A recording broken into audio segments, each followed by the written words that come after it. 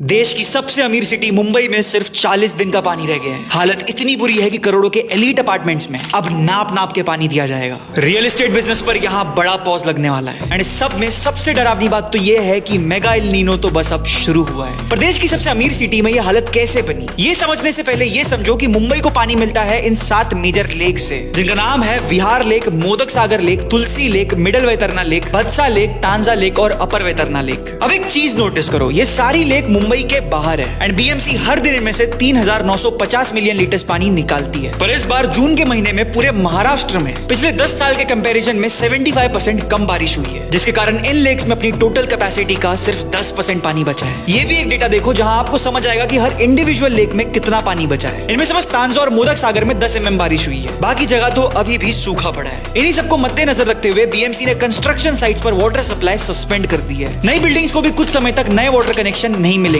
Water clubs and commercial properties जैसे malls को 20% कम पानी मिलेगा। पैकेज ड्रिंकिंग वाटर्स के जो प्लांट्स हैं उन्हें भी कम सप्लाई मिलेगी। एंड गवर्नमेंट बॉडीज जैसे western railway, central railway, MIDC और नेवी सबको स्ट्रिक्टली रिसाइकल वाटर यूज करने बोला गया है। पर अब सवाल यह है कि एल नीनो तो हर कुछ साल में आता है, तो इस बार ये इतनी बड़ी प्रॉब्लम कैसे बन गई? वेल, अकॉर्डिंग टू एक्सपर्ट सबसे पहला ऑब्वियस जवाब यह है कि मुंबई में पॉपुलेशन बहुत बढ़ गई है, जिसके कारण वाटर कंजम्पशन भी बढ़ गया है। एंड जो मुंबई में रियल एस्टेट बन रहे हैं उनमें से मैक्सिमम में कोई वाटर रिसाइकलिंग की फैसिलिटी है ही नहीं, क्योंकि मुंबई में वाटर काफी सब्सिडाइज्ड है, जिसके कारण बिल्डर्स को रिसाइकलिंग फैसिलिटी बनाने की इंपॉर्टेंस नहीं लगती। एक और बड़ा रीजन बताया जा रहा है डेटा सेंटर्स। आज मुंबई एंड स्पेशली नवी मुंबई में देश के 60% डेटा सेंटर्स मौजूद है, जो काफी ज्यादा पानी कंज्यूम कर रहे हैं। अब सवाल ये उठता है कि आप ऐसा मुंबई कर क्या कर सकते हो? वेल, सबसे पहले तो कम पानी यूज करो, बीएमसी की गाइडलाइंस को स्ट्रिक्टली फॉलो करो एंड ज्यादा चिंता मत करो, क्योंकि अगर इसी टाइम पीरियड की बात करूं तो 2024 के जून में हमारे पास आज से भी कम पानी था। बस इस बार एंजाइटी इसीलिए ज्यादा है क्योंकि बारिश के कोई आसार नजर नहीं आ रहे। पुणे में भी ऑल्टरनेट दिनों में पानी दिया जाएगा। बेंगलुरु में भी हालत बद से बदतर है। एंड मानो ना मानो ये सब इसीलिए हो रहा है क्योंकि हम और आप क्लाइमेट चेंज को सबसे ज्यादा इग्नोर करते हैं। पर इसमें मैं कोई लेक्चर नहीं देने वाला, क्योंकि हमें पता है कि इन बातों की वैल्यू अब मासेस को उतनी रह नहीं गई है। What do you think about this? Let us know your opinion in the comments. And याद रखो, देश और दुनिया में जो भी होगा वो आपको सबसे पहले पता चलेगा only on India in last 24 hours via breaking news post. शाम 6 से 7 के बीच एक डेडिकेटेड वीडियो आएगी जिसमें लास्ट 24 घंटों की सारी न्यूज कवर्ड होगी। एंड दिन में आपको ऐसे मल्टीपल वीडियोस देखने मिलेंगे जहां हम किसी एक टॉपिक की बात करेंगे। इसीलिए मैं बार बार हर बार कह रहा हूं, ज्यादा सोचो मत, फॉलो कर दो इंडिया इन लास्ट 24 hours को